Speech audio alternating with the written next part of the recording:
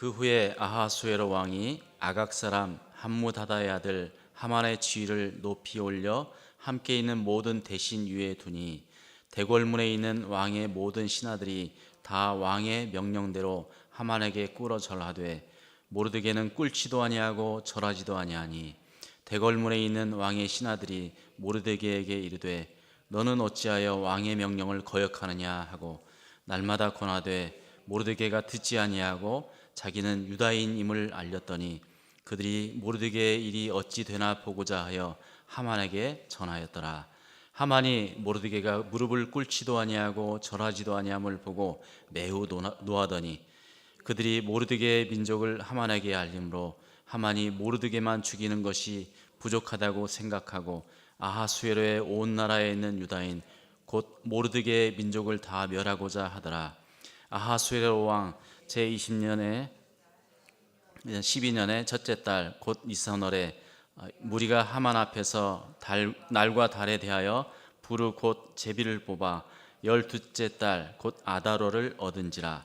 하만이 아하수에로 왕에게 아뢰되 한 민족이 왕의 나라 각 지방 백성 중에 흩어져 거하는데 그 법률이 만민의 것과 달라서 왕의 법률을 지키지 아니하오니 용납하는 것은 왕에게 무익하니이다. 왕이 옳게 여기시거든 조서를 내려 그들을 진멸하소서.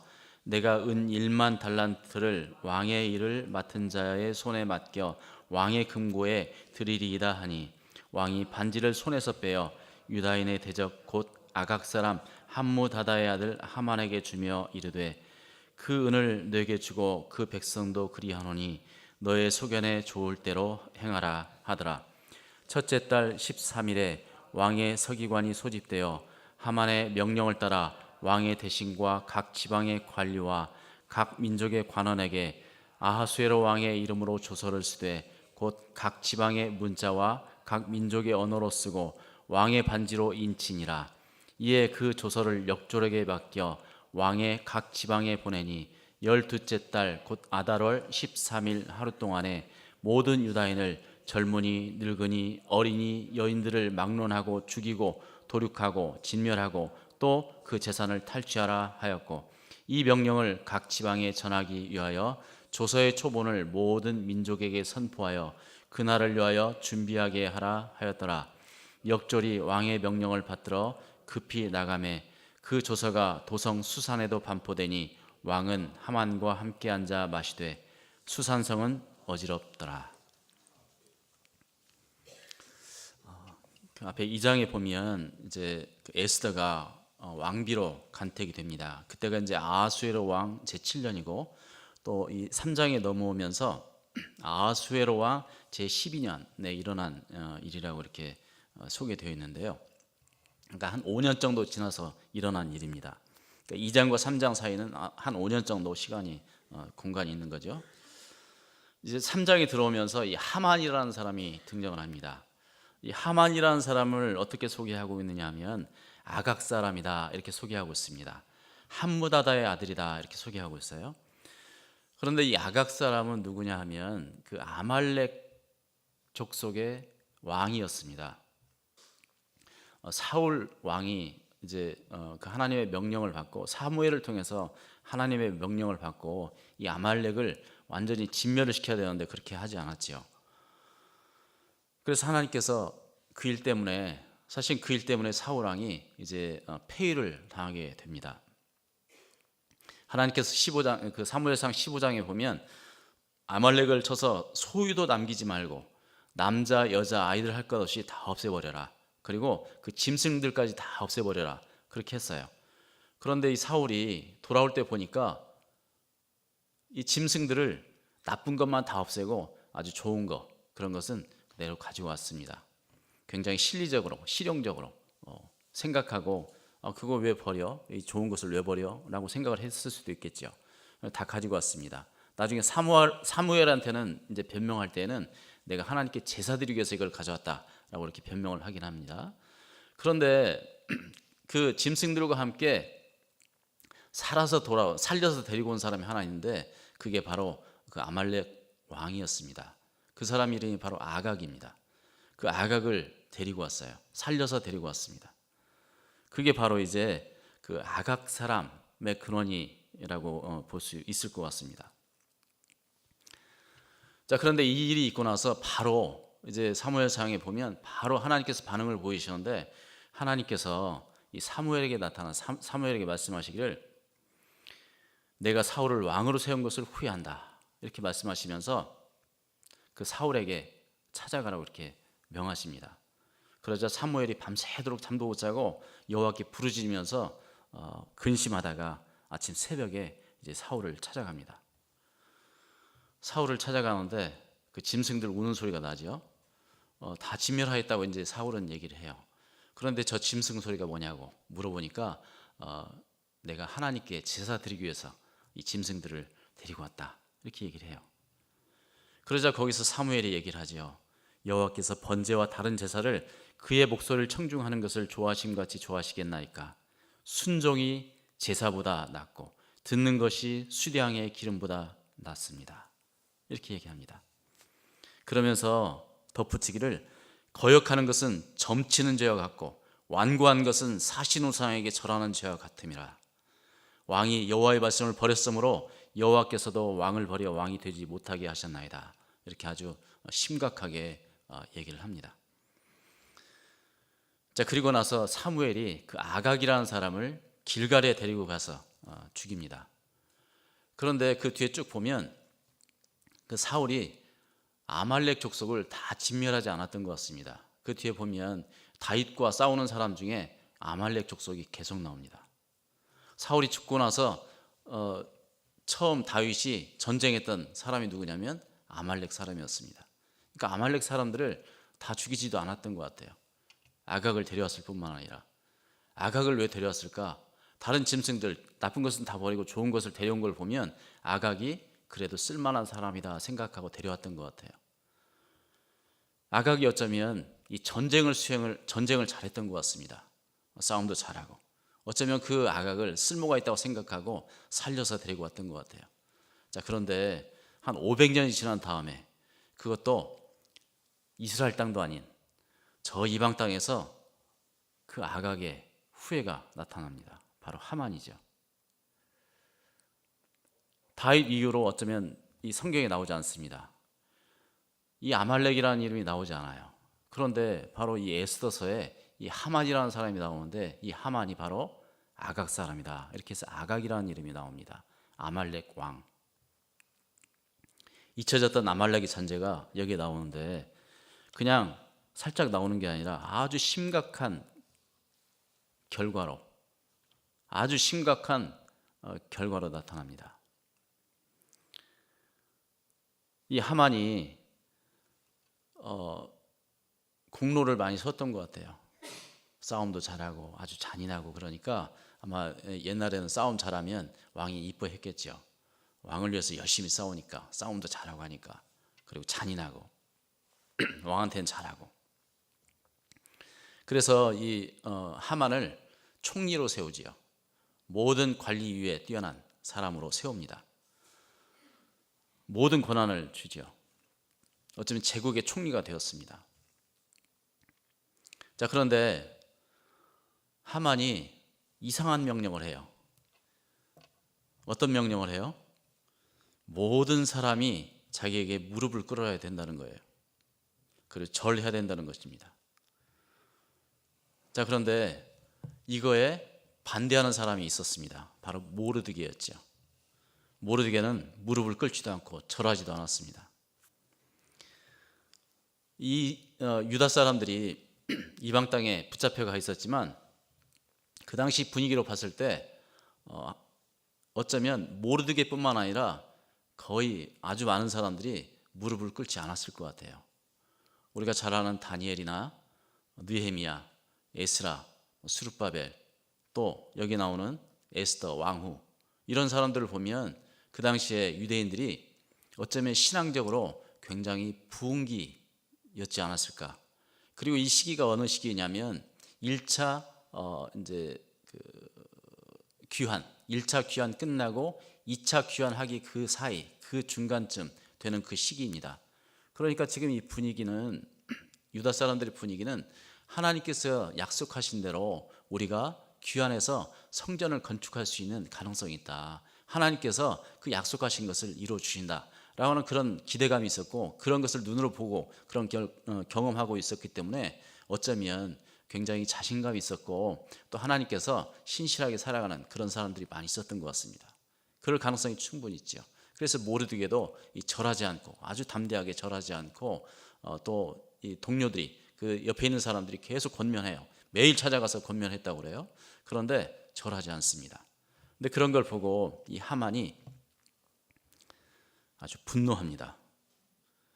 5절에 보면 하만이 모르드게가 무릎을 꿇지도 아니하고 절하지도 아니함을 보고 매우 노하더니, 그러고 나서 어떤 결정을 하냐면 모르드게뿐만 아니라 모르드게의 민족을 다 없애버리겠다는 거예요. 어쩌면 이 하만이 그 500년 전의 그 역사를 알고 있었을지 어쩔지 모르겠습니다. 어쨌든 그 하만이 이런 결정을 내리고 이 유대 사람들을 다 없애버리겠다고 작정을 합니다. 그것도 다른 신하들과 공모해서 그런 일을 합니다. 7절에 보면 이제 그 무리가 하만 앞에서 날과 달에 대하여 부르 곧 제비를 뽑아 12째 달 곧 아다로를 얻은지라, 이런 말씀이 있습니다. 그리고 나서 8절에 가면 하만이 아하수엘의 왕에게 아뢰되, 이렇게 해요. 그러니까 아하수엘 왕에게 나가기 전에 이미 자기들이 결정을 한 거예요. 유대인들을 다 죽이겠다고 결정을 하고, 그리고 나서 왕에게 나가서 이제 왕을 꼬드기는 것이죠. 왕을 미혹하는 거예요.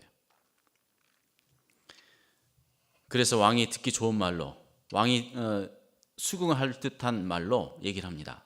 한 민족이 왕의 나라 각 지방 백성 중에 흩어져 거하는데 그 법률이 만민의 것과 달라서 왕의 법률을 지키지 아니하오니 용납하는 것이 왕에게 무익합니다. 어떤 왕이 듣지 않겠어요? 자기가 최고 권력을 가지고 있는데, 최고 권력자인데 누가 듣지 않겠어요? 누가 나를 거역해? 그 당시에는 특히나 더 그랬겠죠. 내가 곧 법이라고 생각하는 그런 왕들은 얼마든지 이런 생각을 할 수 있겠죠.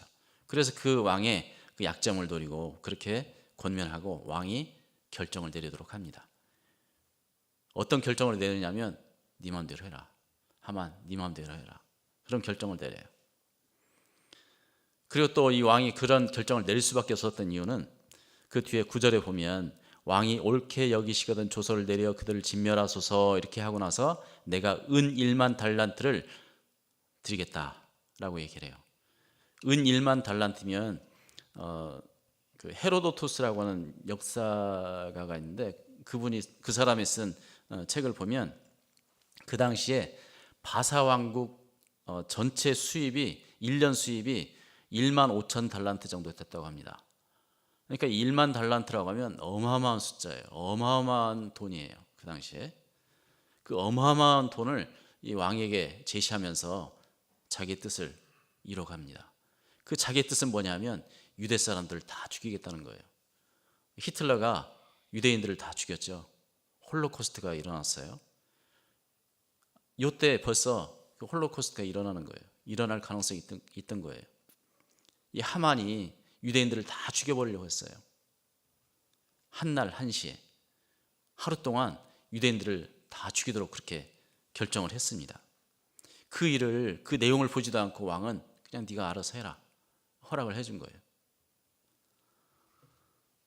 자, 그래서 일사천리로 이 일이 진행이 됐던 거죠.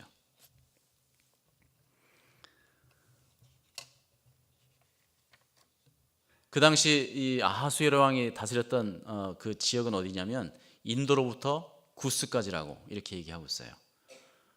인도, 구스는 이디오피아예요. 아프리카. 인도로부터 구스까지니까 그 당시 전 세계예요. 전 세계를 다스리는 왕이었습니다. 그 전 세계를 다스리는 왕에게 그 조서를 내리라고, 이 전 세계에 있는 유대인들을 다 죽여버리자고, 싹 없애버리자고, 그런 조서를 내리자고 그런 계략을 꾸미고 그런 일을 진행하고 있는 것입니다. 그리고 나서 맨 나중에 15절에 보면요, 역졸이 이제 그러니까 왕의 조서를 전달하는 사람이에요. 역졸이 왕의 명령을 받들어 급히 나가매 그 조서가 도성 수산에도 반포되니 그렇지만 왕은 하만과 함께 앉아 마셨습니다. 연회를 베푼 거예요. 그런데 수산성은 어지럽더라. 이 어지럽다는 말은 어떻게 할 줄 모르고 그냥 이 멘붕에 빠진 거예요. 멘붕 상태에 빠진 거예요. 백성들이, 특히 유대인들이. 그런 상태가 됐는데 이 두 사람은 먹고 마시고 즐기고 있는 그런 모습입니다. 두려움에 휩싸이고 지금 괴로워하고 금식하고 통곡하고 있는데 잔치를 베풀고 있는 그런 모습입니다. 이 권력을 가진 사람들이 범하기 쉬운 잘못이지요. 자신의 기분을 상하게 했다고 해서, 자신을 조금 상하게 했다고 해서, 자기에게 손해를 보게 했다고 해서, 자기 뜻에 맞지 않는다고 해서 심히 분노하고 심지어 무고한 사람까지, 이렇게 그 생명까지 쉽게 생각하는 그런 오류를 이 권력자가 쉽게 가질 수 있는 그런 모습이고, 또 약간 힘이 있다고 생각하는 바로 우리들의 모습이기도 합니다. 그리고 또 그것은 사탄으로부터 비롯된 그런 모습이기도 합니다. 매우 조심해야 되는 그런 부분입니다. 우리가 약간 힘이 있다고 했을 때, 우리가 약간 우월한 위치에 있다고 했을 때 매우 조심해야 되는 그런 부분입니다. 어쩌면 그런 악한 속성들이 이 세상을 다스리는 것이고요.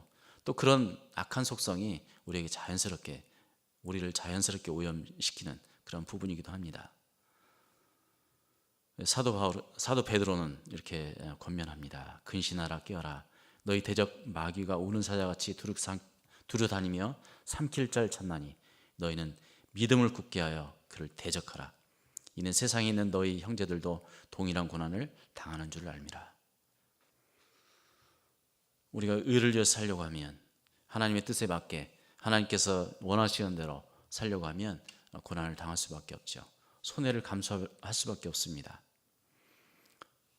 어떻게 보면 손해가 보는 것이 싫을 수도 있어요. 그게 불편할 수도 있어요, 마음이.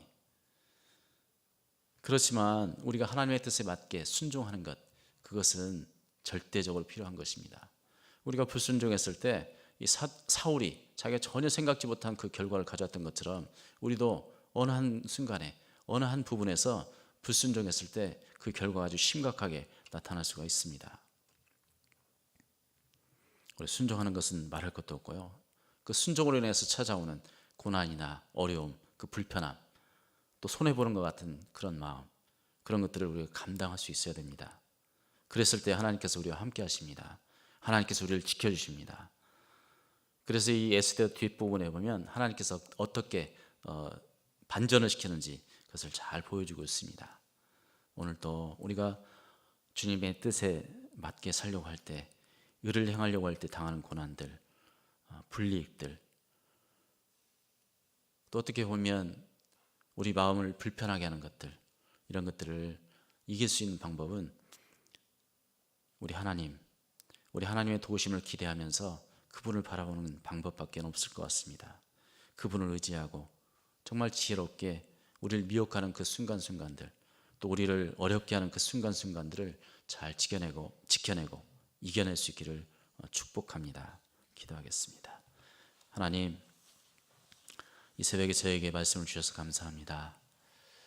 우리가 하나님의 뜻에 합당하게 하나님의 백성으로 그리스도인으로 살기 위해서는 고난을 감수하는 것이 어쩔 수 없는 그런 상황인 것을 저희가 잘 압니다. 이 세상을 따라가지 않으려고 하고, 또 사단의 유혹을 받지 않으려고 하고, 또 하나님의 백성으로서 순종하려고 하다 보면 이런 어려움들을 감수할 수밖에 없습니다. 뿐만 아니라 그럴 때 하나님께서 우리와 함께 하시고 우리를 도우시는 그런 분이신 것을 믿습니다. 주님께서 오늘도 함께해 주시옵소서. 우리를 인도해 주시옵소서. 예수님의 이름으로 기도합니다.